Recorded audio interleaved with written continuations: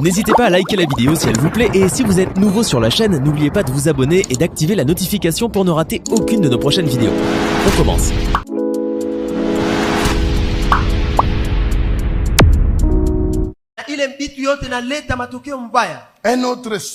Une autre arme de la sorcellerie. Le sexe.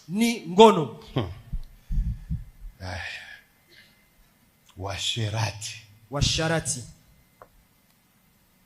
Et kobo. Washarati. Vous n'avez aucune idée.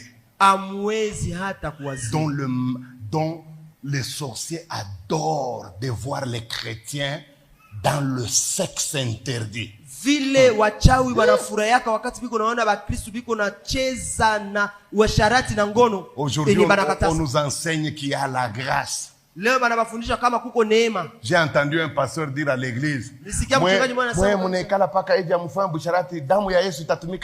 dit vous restez comme ça à l'église, vous ne vous prostituez pas comment le sang de Jésus va agir. Comment est-ce que nous saurons que le sang de Jésus agit?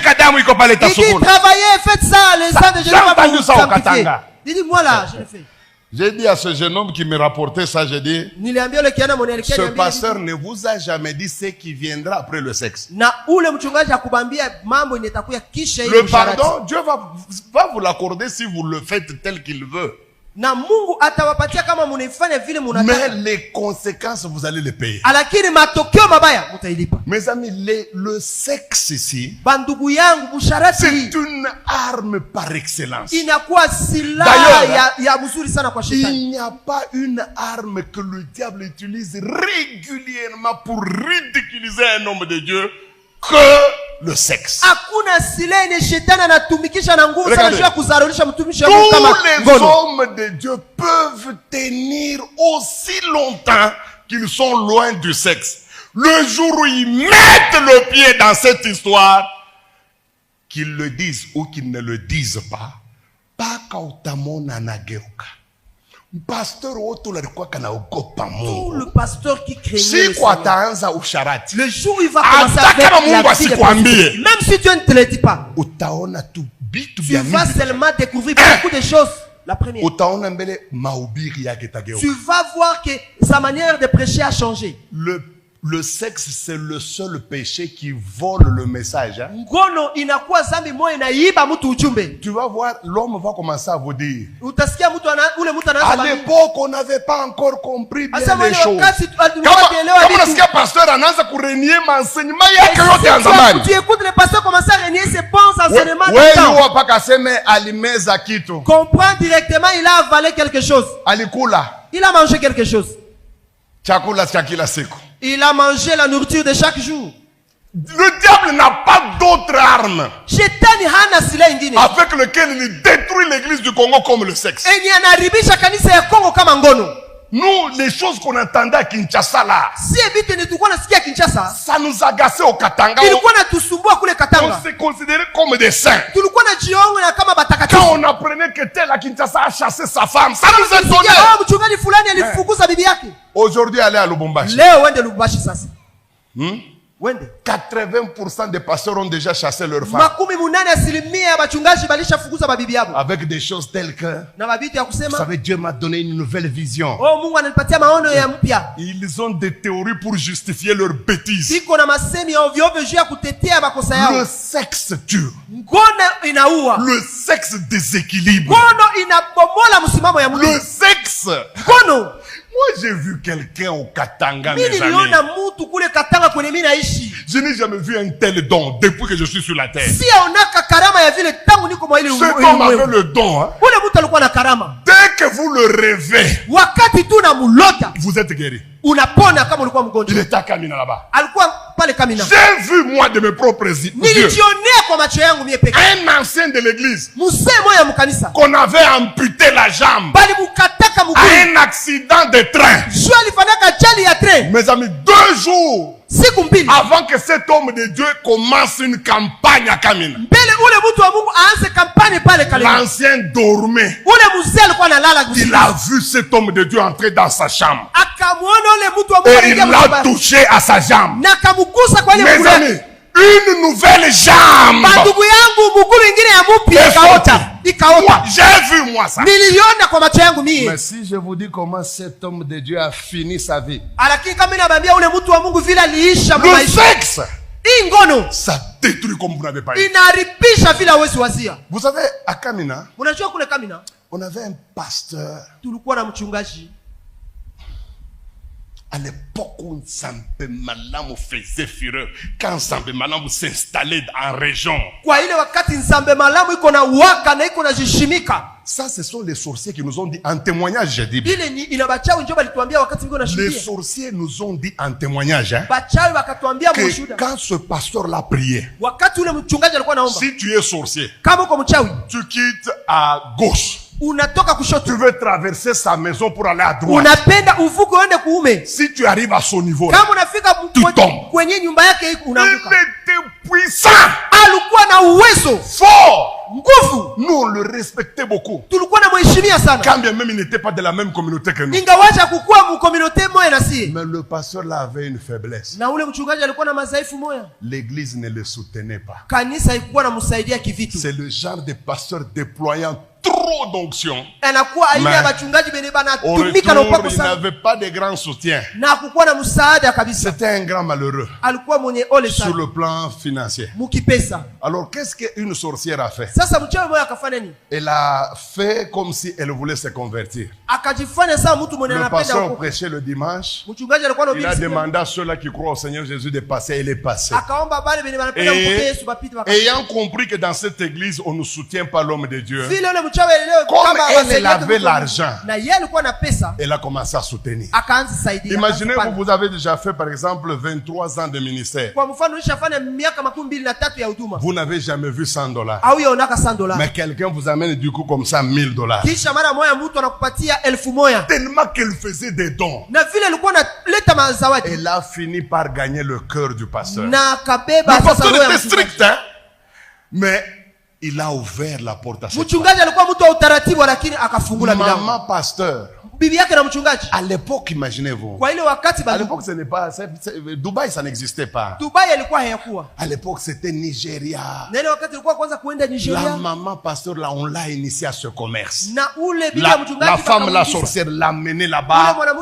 Bref, la vie de la maison a changé. Tellement que le couple avait confiance en elle. Ils ont ouvert même leur chambre à coucher.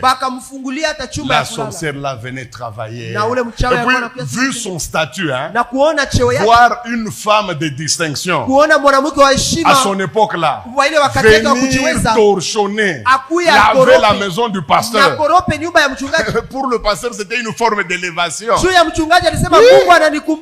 Le diable reste diable. Un jour, maman pasteur est au Nigeria, mes amis. La maman, la sorcière entre guillemets, s'amène chez le pasteur. Elle lui présente ses problèmes. Alors, le pasteur était très prudent, hein, puisque l'église était à peu près à 100 mètres de sa maison. Le pasteur regarde, il est 20h. Ma femme n'est pas là. Prier avec elle, c'est pas bon. Allons à l'église, puisque tu vois l'église, il y a des fenêtres, ça se voit tout ça. Bon, ils sont allés là-bas prier. Ils ont prié de 20h jusqu'à minuit. Alors le pasteur a compris qu'il pouvait se reposer. Il dit à la femme, comme ça je te laisse ici, moi je vais dormir sur moi. La femme lui dit ça va. Alors remercions Dieu. Pendant que le pasteur est en train de prier pour remercier Dieu, la femme est en train de se déshabiller. Elle est restée toute nue comme un verre. Et quand le pasteur a dit Amen, il a vu effectivement devant lui qu'il y avait Amen. Alors, ne voulant pas, le pasteur commença à se rendre vers la grande porte. La femme va utiliser la plus grande menace. Elle lui dit, ose sortir. Je vais rester nu. Et je vais crier, je vais dire aux gens que tu es en train de me violer.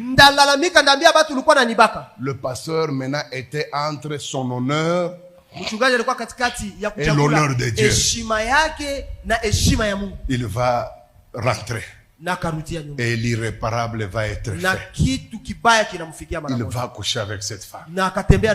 Pendant qu'il couchait, après les rapports, la femme a pris sa semence.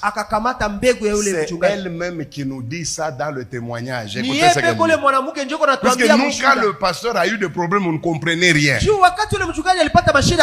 dit, aussitôt je suis allé dans le Tchanda. J'ai trouvé les sorciers en train de vaquer à leurs occupations. J'ai l'homme que vous avez toujours cherché. Mais le sorcier là, l'homme méprisé, toi, qui es-tu pour arrêter la musique? Elle dit, j'ai l'homme que vous avez toujours cherché. Personne ne l'a croyé. Tant le pasteur était fort, combien de sorciers sont morts à cause de ce pasteur-là?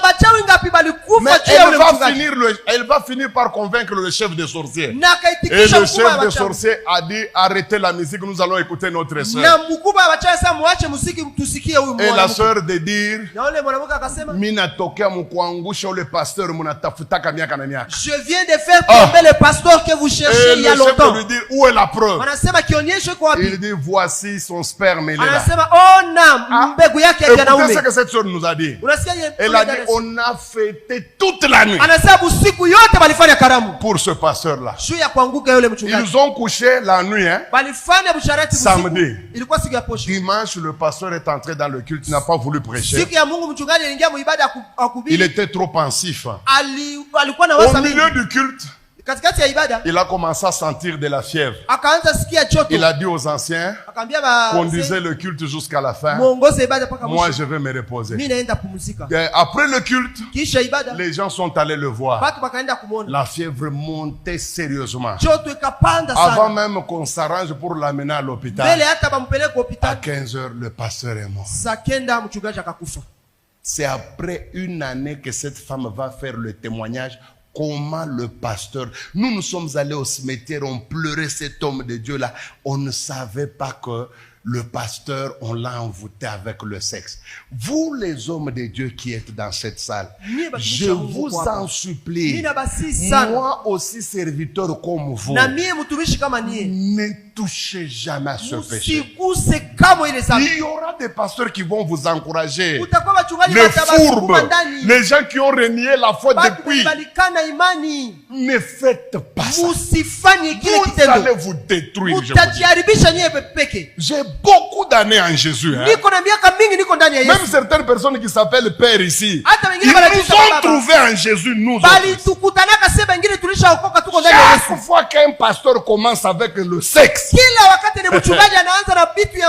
la fin c'est toujours catastrophique. Imaginez-vous, un blanc est venu nous prêcher à Lubumbashi.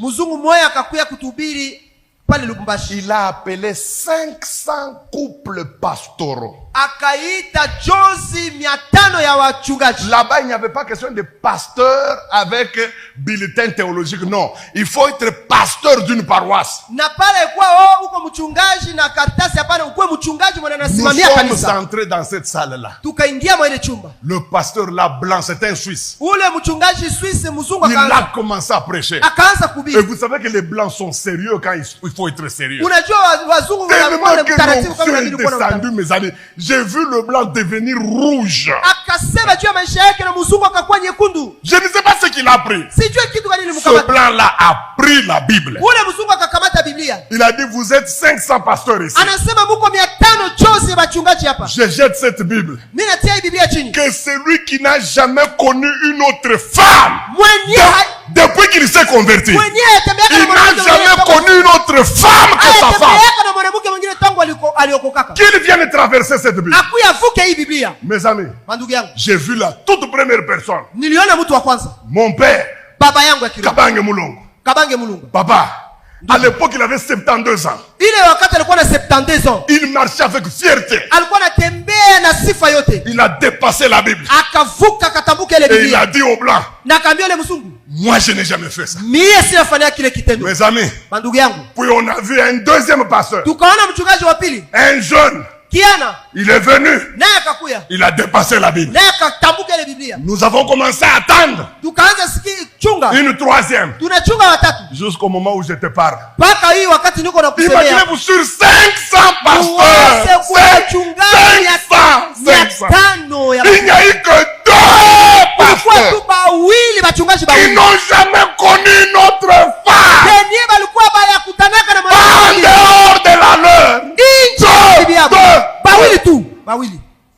Ndio siku niliyua sema kumbi kanisa itunawazaka kanisa Lubumbashi kumbi ni kabumbu tu pa kabumbu. Aba bakubwa bote aba banekala kabumbu mashiku yote. Ces pasteurs sont des jouets, chaque jour ils nous trompent. Mimi nakwambia, je vous dis, culte inaisha. Le culte est fini. Je n'avais jamais senti la chaleur comme ce jour-là. Il y a personne qui pouvait saluer l'autre. Il y avait personne qui pouvait parler à l'autre. Un calme de cimetière. Kimia yamakaburi. Et tout le monde sortait comme s'il est mouillé. Ndio le lendemain, na kesho yake tunaenda kutana na mkubwa mmoja hivi pastor wa Lubumbashi. Nous sommes allés rencontrer un des pasteurs de Lubumbashi. Il m'a dit, papa Ezras, ce blanc là il se prend pour secrétaire de Dieu ou comment? Ule mzungu anawaza iko makamu wa Mungu. Moi je ne voulais pas me montrer. Mimi sikupenda nijionyeshe. Unalanda mkubwa, tulikuwa mule mweupe mule. J'ai dit non, tu n'as pas su. Tu alisema Ulaya lalaka na mwanamke mwingine. J'ai dit tu trompes avec la femme d'autrui. Habite. Celui qui n'a jamais couché avec la femme d'autrui qu'il passe. Vous savez, c'est ce jour-là que j'ai compris que ce que nous appelons les hommes de Dieu ici, c'est que ni Bulundu. Maintenant, si au niveau des pasteurs, c'est comme ça. Maintenant, allons au niveau de à gauche. Tout ça, à gauche. Allons au niveau de les chantres. Là, c'est la FIFA. C'est la première division. Il y a tout là-bas. Si les pasteurs sont comme ça, alors les protocoles ils sont comme ça. Seigneur, garde-moi. Je n'ai pas l'intention de le faire. Je te suivrai toute ma vie. Yes.